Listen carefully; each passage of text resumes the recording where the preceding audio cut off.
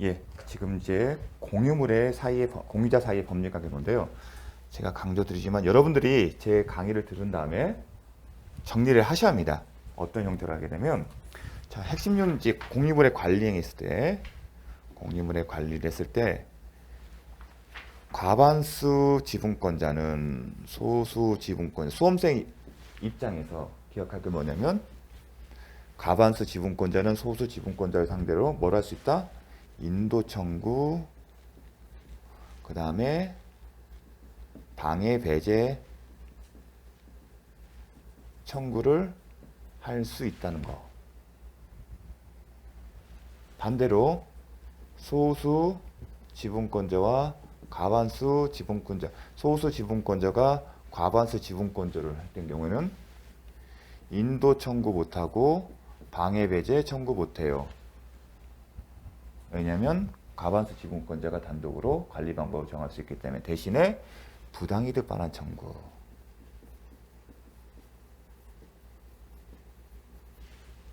요거를 기억하시면 됩니다. 반대로 반면에 소수 지분권자가 소수 지분권자를 이 경우는 어떻게 하냐? 인도 청구는 못해요. 하지만 방해 배제 청구는 가능하다. 자, 이런 식으로 기존에 기출된 유형과 시험에 출제된 그 유형을 따라서 정리를 하실 필요가 있습니다. 부당이득 반환 청구를 할 수 있다. 특히 소수 지분권자 과반수일 때 과반수 지분권자 의사가 개입돼서 제3자에게 제3자 임대할 때도 더 기약을 하셔야죠. 제3자에게 임대를 했을 때는 제3자가 점유하고 있는 것은 점유가 권리가 있기 때문에 소수 지분권자는 제3자를 상대로 해서는 뭐 한다? 인도 청구나 방해 배제 청구는 할 수 없다. 그쵸? 이 사람한테 인도 청구나 방해 배제 청구는 할 수 없습니다. 대신에 또한 부당이득 반환 청구도 할 수 없습니다. 과반수 지분권자를 하는 경우와 비교를 또 하셔야겠죠. 지금까지 배운 이런 식을 정리를 하셔야 합니다. 하나씩 하나씩 써가면서 이걸 정확하게. 그래서 수험생은 나중에 과반수 지분권자냐 소수 지분권자냐 이렇게 구분하면서 푸셔야 합니다. 그래서 관리에 관해서는 이렇게 정리를 꼭 해주십시오. 자, 여러분 스스로 해보실 것을 권해드립니다. 그래야 머리에 쏙쏙 들어옵니다. 자, 이번 파트는 관리가 아니라 처분이나 변경이다. 변경은 뭐만 기억한다? 나대지 건물 위에 건물을 신축하는 경우가 변경이다. 자, 관리에 달리 공유자 전원의 동의가 필요하다. 그리고 구별할 건 뭐냐면 공유물의 처분과 뭘 구분했죠? 공유 지분의 처분은 구별한다. 공유물의 처분에서는 공유자 전원의 동의가 필요하지만 반면에 공유 지분은 공유자 개인의 자유다. 즉 다른 공유자 동의와 상관없이 자기 마음대로 처분할 수 있다. 자, 중요한 것은 뭐냐면 요겁니다. 이게 시험 출제의 기출문제인데 공유자 중 1인이 다른 공유자의 동의 없이 공유물을 매도했다. 포인트는 여기입니다. 공유물을 매도하여 제3자 명의로 소유권 이전 등기를 마친 경우입니다. 그런데 언뜻 보면 공유물 매도하게 되면 뭔가 혼동할 수 있냐면 공유물 처분이 아닌가 생각할 수 있습니다. 그게 혼동이 될 수가 있습니다. 그런데 나중에 여러분이 실무에 가게 되면 많이 접할 수 있는 겁니다. 제가 사례를 들겠습니다. 예를 들어서 어떠한 건물이 있어요. 토지 건물이 있어요. 그런데 건물의 소유자가 여러 명이에요. 갑, 을, 병. 토지도 갑, 을, 병이에요. 그리고 이들 관계가 공유예요. 그래서 3분의 1씩 있어요. 3분의 1씩 있는데 이 소유자 가분명들이 토지 및 건물을 매각을 하고 싶습니다. 그럼 매각을 해요. 매매계약. 매매가 되는데 누가 사냐? 이제 정이 사요. 그러면 가불병과 정 사이 이제 매매계약서를 씁니다. 토지 및 건물을 할 때. 그럼 매매계약서에는 뭐가 들어가면 항상 계약의 목적물은 목적물과 매매대금은 계약서상의 원칙적으로 모습이면 지분별로 정리해요. 우리가 생각할 때는 이 건물 공유물을 매각한다고 생각하지만 이러한 소유자가 여러 명인 그 공유자인 여러 명이고 그 관계가 공유인 목적물인 토지 및 건물을 매매계약 쓸 때는 목적물도 등기를 했을 때는 다 지분을 특정합니다. 목적물 지분입니다. 그리고 매매대금도 지분별로 정리를 합니다.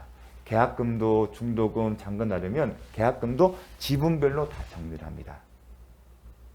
그러니까 모든 게 다 지분별로 정리합니다. 그렇기 때문에 나중에 부동산 거래 있으면 신고를 해야죠. 부동산 거래 신고할 때도 다 지분별로 정리합니다. 이런 실물을 말씀드려보면 계약서를 그렇게 씁니다. 그렇게 써야만 하고요. 원칙적인 모습은. 이러한 계약 자체는 건물 및 토지의 매매가 아니라 결국은 지분 매매예요. 갑과 을이 병이 각자 갖고 있는 지분의 매매 계약서예요. 지금은 이게 확 와닿지 않습니다. 하지만 실물 가다 보면 요즘은 그렇기 때문에 나중에 거래 신고할 때도 지분별로 다 정리를 합니다. 나중에 보십시오. 다 지분별로 씁니다. 그래서 이런 여러 명의 소유자가 있고 공유인 목적물의 매매 계약은 뭐다? 지분 매매라고 생각을 하셔야 합니다. 이게 여러분이 아셔야 할 내용입니다. 그럼 지분 매매이기 때문에 공유 지분 매매잖아요. 그럼 지분은 각자가 자유롭게 처분할 수 있는 겁니다.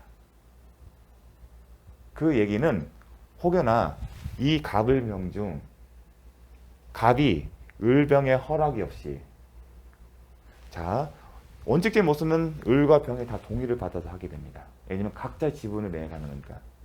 당사자는 을과 병이까지 위임을 받든 아니면 처분 권한을 받든 갑을병의 동의하에 매매가 이루어진다면 갑을병 각자의 계약서가 체결되는 겁니다. 근데 지금의 쟁점은 뭐냐면 갑이 을병의 동의 없이 지분 매매 전체 지분 매매 계약서를 쓴 거예요. 그래서 원칙적으로 이게 다 쪼개진 거죠. 원칙적 정의 매수이면 갑, 정, 을, 정, 병, 정. 지분 매매 계약서는 하나의 계약서에 요 지분 매매 계약의 내용이 다 들어갑니다. 이걸 하나의 계약서에 쓰는 겁니다. 계약서는 보통 3개로 쓰는 게 맞겠지만 편의상 유형물을 하나의 목적물에 대한 이 건물과 토지에 대한 공유지이기 때문에 하나의 계약서를 쓰는 거예요. 그러한 계약서 안에 이런 3개의 계약서에 담겨져 있는 겁니다. 그럼 원칙적으로 갑과 정사 이런 매매계약 체결한 거고 을과 정이 매매계약 체결하고 병이 정이 체결합니다. 보통 그렇게 합니다. 그래서 계약 체결할 때 갑을병에 대리인이 있거나 아니면 각자 다 참석을 하는 겁니다. 근데 우연한 사정에 을병이 직접 참석하지 않고 갑이 단독으로 다 체결하는 겁니다. 갑정의 매매 계약은 자신의 계약이죠. 자신의 지분을 매매하는 계약입니다. 그런데 이 경우는요. 을병의 동의 없이 체결하면 타인 권리 매매가 되죠. 갑이 타인 지분을 매매하는 겁니다. 그럼 타인 권리 매매예요. 이것도요. 타인 권리 매매가 되는 겁니다.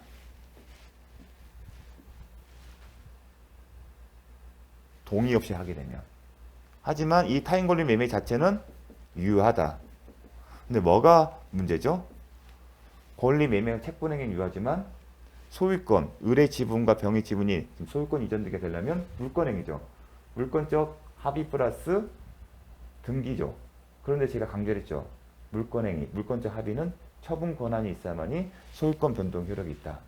근데 을과 진 병이 개입을 안 했고 단독을 한 거 아니겠습니까? 채권행위를 유효하더라도 물권적 합의, 즉 물권적 합의와 관련 처분 권한이 없기 때문에 혹여나 정묘앞으로 등기가 되더라도 효력이 없다. 앞에서 배웠던 것들 처분 권한 없으니까 타인 권리 매매는 유효하지만 근데 갑정은요. 자신의 지분을 자기 의사에서 매각한 거기 때문에 이거는 유효하다. 하지만 이 경우에는 을병에 의사가 개입되지 않은, 즉 을병에 동의가 없었다는 겁니다.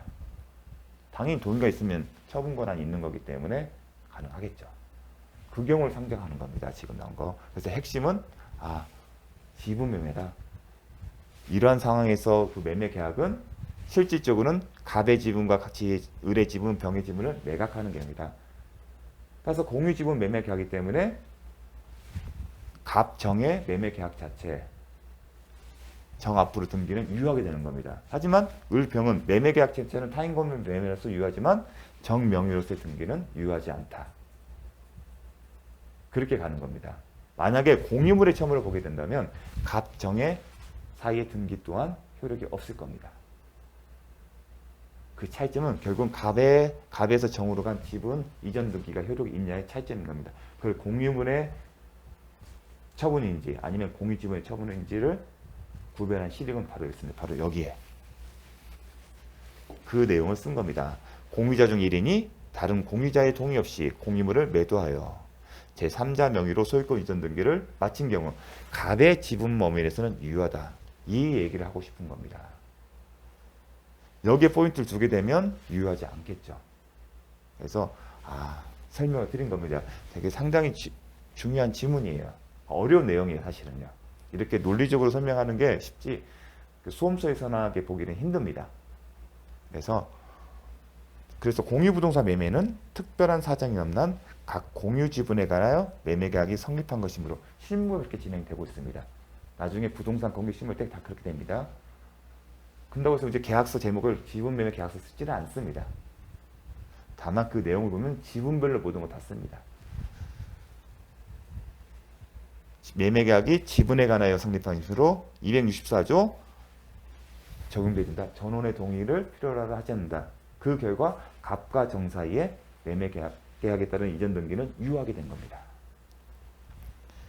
위 매매 처분 행위는 을의 지분 범위에서는 아까 그랬죠. 을과 갑, 을, 병이 있는데 을, 병의 동의가 없으면 그 경우입니다. 을의 지분 범위에서는 타인 권리의 매매 및 무권리자의 처분이다. 타인 권리죠. 매매 계약 자체는 유효해요. 다만 무권리자의 처분행위 때문에 효력이 없는 겁니다. 어떤 효력? 을에서 정으로의 이전 등기가 그 얘기를 하는 겁니다. 하지만 갑의 지분 범위에서는 아무런 하자가 없어서 유효하다. 즉 갑이 정으로 이전 등기의 효력이 있다는 겁니다. 그 근거는 출발점은 공유지분에 대한 매매 계약이 성립한 거기 때문에.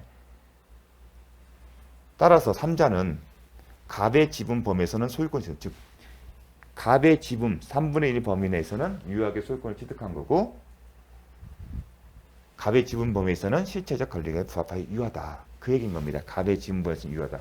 이 얘기가 아까 설명드렸던 구조에서 나온 겁니다. 그러면 을은 제3자에서 등기 전부 내지는 갑의 지분 범위에서 말소 청구할 수 없다? 맞다. 이건 뭐죠? 원인 무효 등기. 제3자 명의로 원인 무효 등기가 있는 거잖아요. 그렇죠?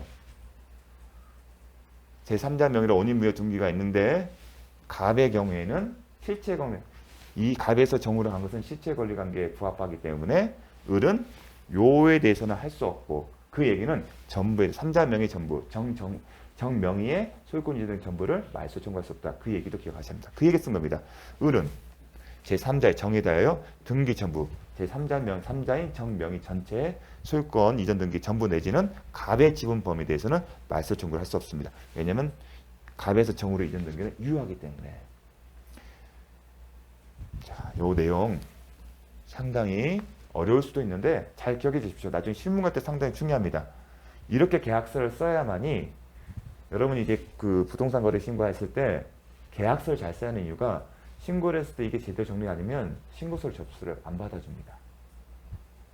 그래서 그런 일로서는 지분 매매할 때 특히 공유부동산 경우에는 지분별로 한다는 게 그래서 판례도 특별한 사정이 없는 한 지분에 관한 매매 계약을 성립한다 이런 표현을 쓴 겁니다. 자, 나대지인 토지의 공유자 중 1인이 다른 공유자의 동의 없이는 건물을 신축할 수 없다. 왜냐하면 처분 변경에 해당되기 때문에 당연한 얘기입니다. 자, 처분 변경 강조합니다. 잘 기억해 주십시오. 공유자의 소유자가 여러 명이고 그 여러 명이 공유 관계했을 때 공유물의 매각은 지분 매매다. 잘 기억을 해주십시오. 여기에 포인트를 두시면 안 됩니다. 이게 만약에 공유 지분 매매라고 했으면 여러분 혼동이 안 갈 겁니다. 공유물을 제3자에게 매도했을 때 이런 표현이 나오기 때문에 혼동이 오는 겁니다. 그래서 굉장히 중요하고 또 실무적으로도 중요합니다. 그래서 제가 강조해서 말씀을 드린 겁니다. 설명을 한 겁니다. 공유물의 보존행위 개념은 이미 기억을 하셔야 합니다. 공유물을 보존하면 개념이 뭐지? 가치 보존, 가치 유지다. 그걸 왜 인정하지? 그걸 생각하셔야 합니다. 긴급성과 다른 공유자에도 이익이 된다. 긴급성은 특별히 문제되지 않습니다. 보존행위와 관련해서 뭐가 됐지? 부당이득 완화 청구권, 손해배상 청구권, 다른 공유자의 지분 확인 청구. 각자의 지분 비율 범위에서 해야 한다. 왜냐하면 그것들은 공유물의 보존행위가 해당되지 않기 때문에. 또 하나 이제 설명하게 되면 여기는 언급되지는 않지만 긴급성과 다른 공유자의 이익이에요. 따라서 공유자 1인이 자신이 하는 행위가 보존행위라고 시작하더라도 그 보존행위가 기억하십시오. 다른 공유자의 이익을 침해. 이 얘기는 하나 예고 다른 공유자에게 이해관계가 충돌 아니면 이해관계 침해거나 이해관계가 충돌된 경우 이런 표현이 나오면 다른 공유자 이익이 안 되는 경우죠. 다른 공유자 이익이 안 되는 거라면 보존행위에 해당된다 안 된다? 안 된다. 그걸 기억해 주십시오. 이게 다른 공유자의 이익을 침해하거나 아니면 이해관계가 충돌된 경우에는 보존행위가 아니다. 이거를 이해하려면 보존행위를 인정한 취지가 뭔지를 기억해야 합니다. 긴급성이나 다른 공유자에게 이익이 되기 때문에 보존행위다. 다른 공유자의 이익에 해당되지 않는다면 보존행위가 아니다. 반대로도 기억을 하셔야 합니다. 왜냐하면 최근에도 이제 그런 대법원 판례도 이런 표현들이 계속 반복해서 나오고 새로운 내용은 아닙니다. 그리고 향후 또 나올 수 있는 지문이고 집합건물법에서 나옵니다. 이런 내용들이. 그래서 미리 한번 언급을 드렸습니다. 공유 부동산에 대해서 공유자 중 항상 등기가 되면 누구 명을 했는지 목적물을 점유하게 되면 누가 하고 있는지 그리고 점유는 공유자의 의사가 개입되는지 그러면 항상 유형화시켜서 기억하셔야 합니다. 공유분에서 공유자 중 1인의 단독명. 공유자가 1인이 단독명의를 했구나. 그리고 원인 무효래요. 원인 무효가 되면 말소된다. 다른 공유자는 등기 명의인 공유자 상대로 등기 전부를 말소 청구할 수 있다.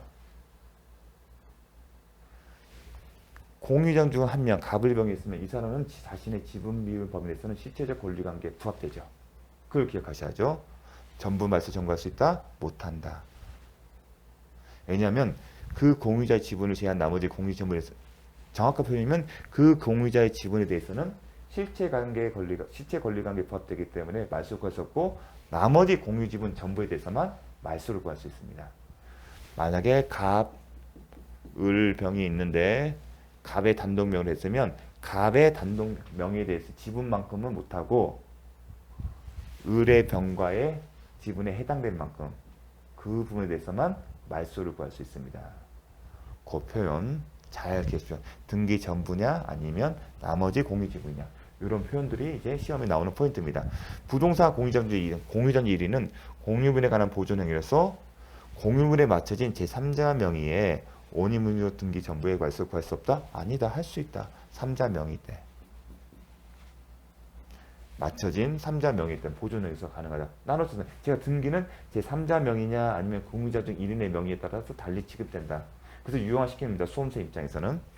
자, 다른 공유자 이해관계 충돌한 경우는 보존행위가 아니다.